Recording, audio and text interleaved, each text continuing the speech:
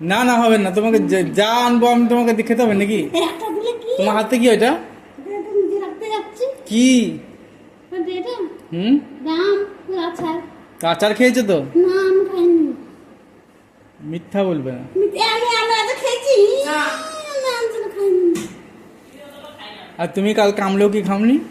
একটাই খেয়েছি একটা তা কটা করে খেতে হয়? তো এখন একটা দাও এটা 50 টাকা দিয়ে কিনেছি। হ্যাঁ তো কি হচ্ছে তো 50 টাকা করে কিচ্ছু না দাও কিছু না।